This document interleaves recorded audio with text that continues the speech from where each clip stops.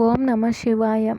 Hi friends, how are you? In this video we are going to learn about the biosynthesis of heme. Biosynthesis of the heme. Heme is the most important porphyrin containing compound. It is primarily synthesized in liver and the erythrocyte producing cells of bone marrow, that is erythroid cells. Heme synthesis also occurs to some extent in other tissues also. However, mature erythrocytes lacking the mitochondria are a notable exception. Biosynthesis of heme occurs in the following steps. See once again biosynthesis of heme. Heme is the most important porphyrin containing compound. It is primarily synthesized in the liver and the erythrocyte producing cells of bone marrow. These are erythroid cells. Heme synthesis also occurs to some extent in other tissues. However, mature erythrocytes lacking the mitochondria are a notable exception. Biosynthesis of heme occurs in the following stages. First formation of delta aminolevulinate. First stage is formation of delta aminolevulinate. What occurs in this? Glycine is a non-essential amino acid.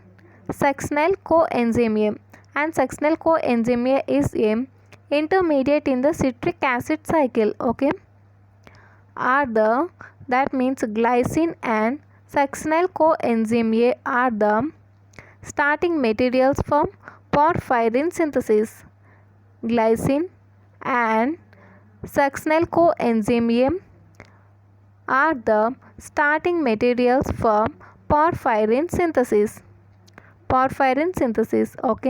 See what happens. Glycine combines with succinyl coenzyme A to form delta aminolevulinate. We call the delta aminolevulinate as ALA. Aminolevulinate.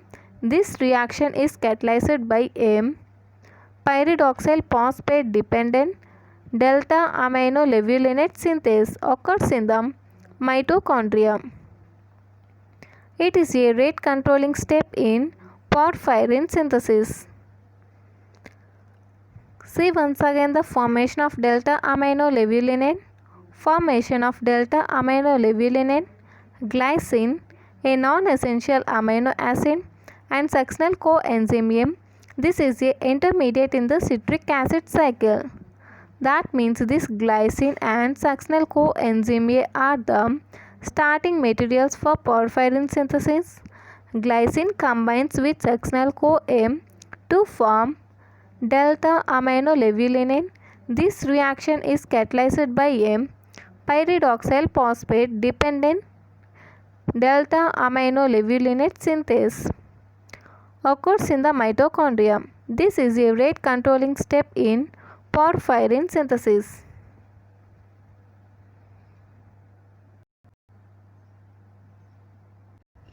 See this reaction. In the formation of porphyrin synthesis, glycine and succinyl coenzyme A are the first raw materials for the formation of delta aminolevulinate. And the first succinyl coenzyme A and glycine combines to form the alpha amino beta keto adipate. This is the first formed form. And in this reaction pyridoxal phosphate acts as the catalyst and dependent delta aminolevulinate synthase. And the enzyme here is delta aminolevulinate synthase, and this reaction is catalyzed by pyridoxal phosphate. First succinyl coenzyme A and glycine combine to form the alpha amino beta keto adipate. In this reaction, enzyme is delta aminolevulinate synthase, and this reaction is dependent on pyridoxal phosphate. Again, this alpha amino beta keto adipate is This reaction is again dependent on delta amino levulinate synthase. Okay, again the same enzyme to form the delta amino levulinate. Okay, we need this product. This is the first stage. Okay, alpha amino beta keto adipane converted to delta amino levulinate, and the enzyme acts here is delta amino levulinate synthase. Next, synthesis of porphobilinogen. Two molecules of delta amino levulinate condense to form porphobilinogen in the cytosol. This reaction is catalyzed by a zinc containing enzyme delta amino levulinate dehydratase. Okay, this reaction is catalyzed by a zinc containing enzyme delta amino levulinate dehydratase.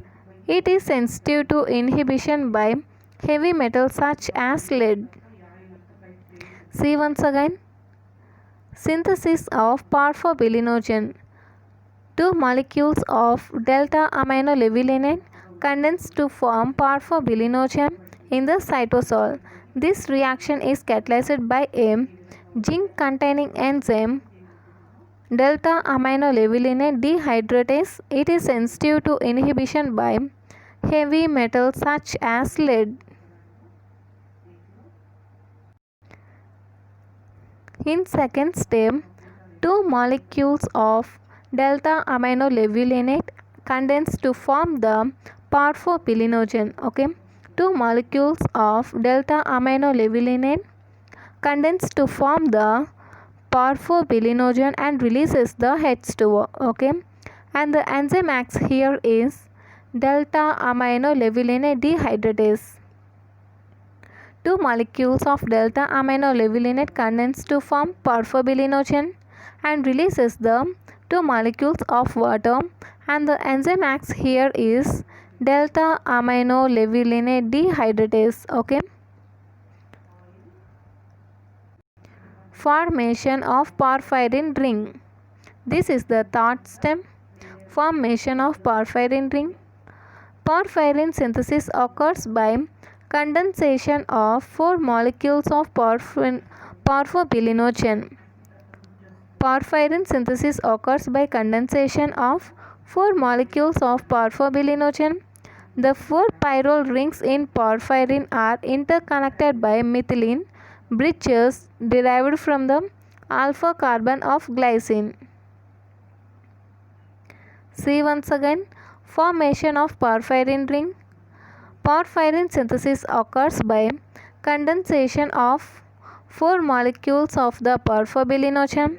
The four pyrrole rings in porphyrin are interconnected by methylene bridges derived from the alpha carbon of glycine. The interaction of two enzymes, namely uroporphinogen 1 synthase and uroporphinogen 2 co-synthase, uroporphinogen 3 co-synthase, okay, results in condensation of porphobilinogen followed by ring closure and isomerization to produce the uroporphinogen 3. See once again the third step, that is formation of porphyrin ring. And porphyrin synthesis occurs by condensation of four molecules of porphobilinogen. The four pyrrole rings in porphyrin are interconnected by methylene bridges derived from the alpha carbon of glycine. The interaction of two enzymes, namely uroporphinogen 1 synthase and uroporphinogen 3 co-synthase, results in condensation of porphobilinogen followed by ring closure and isomerization to produce uroporphinogen 3. In this reaction, four molecules of porphobilinogen molecules are condensed and releases the four molecules of ammonia to form the urobilinogen 3. See here, and the 4 molecules of porphobilinogen condensed and becomes the closest structure for the formation of pyrrole rings, okay, to form the uroporphyrinogen. And the enzymes act here are uroporphyrinogen 1 synthase and uroporphyrinogen 3 co-synthase. Okay, these are the two enzymes acting in this reaction, okay, for the formation of 4 porphobilinogen molecules to uroporphyrinogen 3. Okay, the enzymes act in this reaction are uroporphyrinogen 1 synthase and uroporphyrinogen 3 co-synthase. These are the enzymes acted in this reaction. Conversion of uroporphyrinogen 3 to protoporphyrin 9. This is catalyzed by a series of reactions. Uroporphyrinogen decarboxylates all the 4 acetate, that is A, and 4 side chains to form the methyl groups, that is M, to produce coproporphyrinogen. Coproporphyrinogen oxidase converts two of the propionate side chains, that is P, to vinyl groups, that is V, and results in the formation of protoporphyrinogen.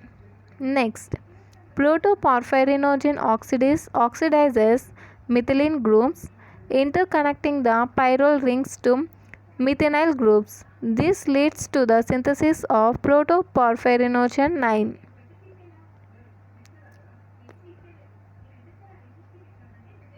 See once again, conversion of uroporphyrinogen 3 to protoporphyrin 9. This is catalyzed by a series of reactions. First, in A, uroporphyrinogen decarboxylates uroporphyrinogen decarboxylase. This is the enzyme, and this enzyme decarboxylates all the 4 acetate side chains to form the methyl groups to produce the coproporphyrinogen. That means first from uroporphyrinogen 3 to coproporphyrinogen is produced. Okay, next from coproporphyrinogen oxidase, this is the enzyme, and this converts the coproporphyrinogen to protoporphyrinogen, okay, by propionate side chains to vinyl groups and results in the formation of protoporphyrinogen. That means uroporphyrinogen 3 to coproporphyrinogen. Next, from coproporphyrinogen to protoporphyrinogen. Next, from this protoporphyrinogen oxidase, this is the enzyme, and this enzyme oxidizes methylene groups, interconnecting pyrrole rings to methynyl groups. This leads to the formation of or synthesis of protoporphyrin 9. For the formation of uroporphyrin 3 to protoporphyrin 9, this is a chain reaction. First, in this reaction, uroporphyrinogen is converted to the coproporphyrinogen, okay, and this coproporphyrinogen to protoporphyrinogen is formed, and next from this protoporphyrinogen protoporphyrin 9 is formed. Okay, thus it's formed.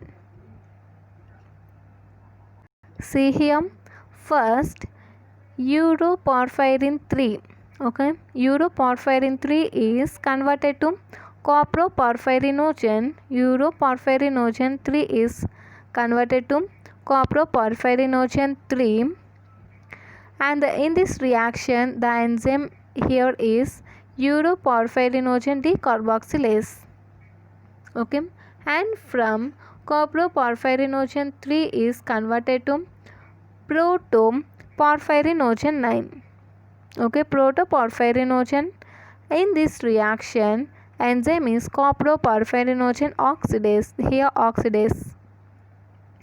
Next, from protoporphyrinogen 9 is converted to protoporphyrin 9. In this reaction, enzyme here is protoporphyrinogen oxidase. Okay, this is the third step from conversion of uroporphyrinogen 3 to protoporphyrin 9. See once again, uroporphyrinogen 3 to coproporphyrinogen 3, and from coproporphyrinogen 3 to protoporphyrinogen 9, and then here to protoporphyrin 9. No gen is here, only porphyrin, or gen is deleted here. See, only protoporphyrin. This is the difference. First 3 is converted to again 3, and from here in this 3 is converted to 9. See, 9. Again this 9 is same here, 9, protoporphyrinogen 9, protoporphyrin 9. Okay, next, this is the last step in the biosynthesis of heme.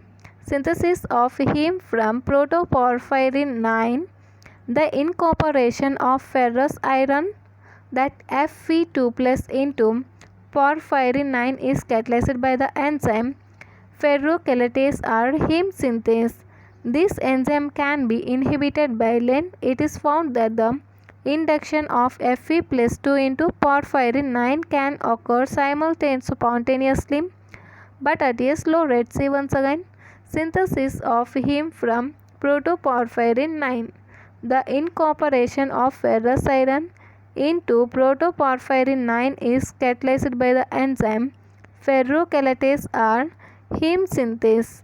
This enzyme can be inhibited by Len. It is found that the induction of Fe plus 2 into protoporphyrin 9 can occur spontaneously, but at a slow rate. This is the final step in the biosynthesis of heme, and from protoporphyrin 9 is converted to heme. Okay, protoporphyrin is converted to heme. In this reaction, Fe plus 2 is incorporated into the protoporphyrin 9. Fe plus 2 is incorporated into protoporphyrin 9 to form the heme. Okay, to form the heme, and this reaction is catalyzed by the enzyme ferrochelatase, and this reaction is catalyzed by the enzyme ferrochelatase. Okay, succinyl coenzyme A and glycine combine to form the alpha amino beta ketoadipine, and the enzyme here is delta amino levulinate synthase. Okay, again this alpha amino beta keto adipate is converted to delta amino levulinate. Enzyme here again is delta amino levulinate synthase. Next, two molecules of delta amino levulinate is condensed to form the porphobilinogen. Okay, porphobilinogen. Enzyme here is delta amino levulinate dehydratase. The here H2O is released, and the next from here 4 molecules of porphobilinogen combines to form the porphyrin, and the enzymes acted here are uroporphyrinogen 1 synthase and uroporphyrinogen 3 co-synthase. This is a condensation reaction. In this reaction, 4 molecules of ammonia are released. Next, sorry guys, formed product is uroporphyrinogen 3. Okay, next, this uroporphyrinogen 3 is converted to the coproporphyrinogen 3, and the enzyme acted here is decarboxylase, uroporphyrinogen decarboxylase. And next, coploporphyrinogen 3 is converted to protoporphyrinogen 9, and the enzyme acted here is coploporphyrinogen oxidase. And protoporphyrinogen 9 is protoporphyrin 9, and the enzyme acted here is protoporphyrinogen oxidase, protoporphyrinogen oxidase. Next, protoporphyrin 9 is converted to the heme. This is the final step in biosynthesis of heme. In this reaction, Fe plus 2 is incorporated into the protoporphyrin 9, and the enzyme acted here is ferrochelatase. This is the enzyme. This is about the biosynthesis of heme. If you like this video, like, share and subscribe. Thank you.